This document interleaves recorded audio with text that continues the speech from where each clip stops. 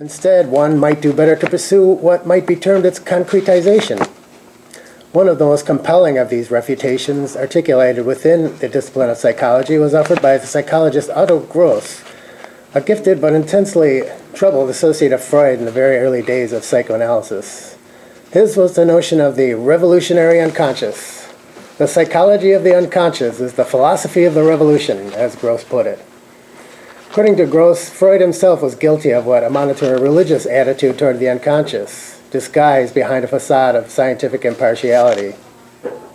Gross demonstrated convincingly that an uncompromising indictment of the values of repressive civilization was possible. He followed Stirner in his elevation to primary status of the elemental conflict between two forces. On the one hand, the individual thirsts for experience, for contact with the world, and to grasp the nature of his or her own being. And on the other, compulsion from without acts to circumscribe the individual's power.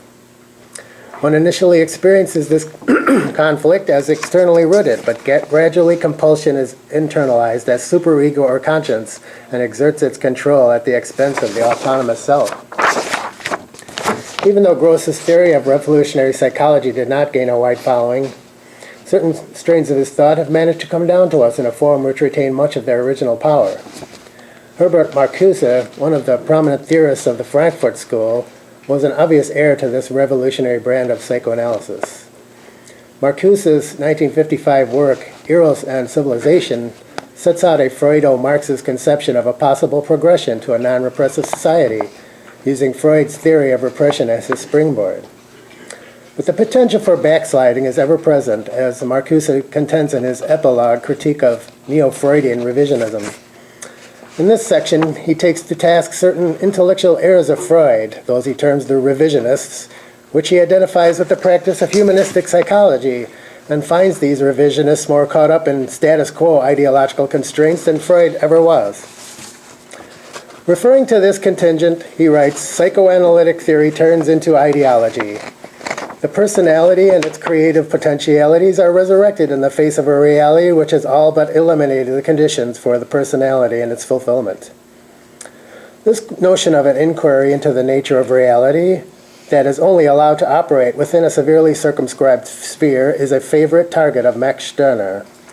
Humanistic psychology, as derived from secular humanism, with its insistence on the reality of objective standards of morality, guarantees the maintenance of an essentially Christian mode of thought.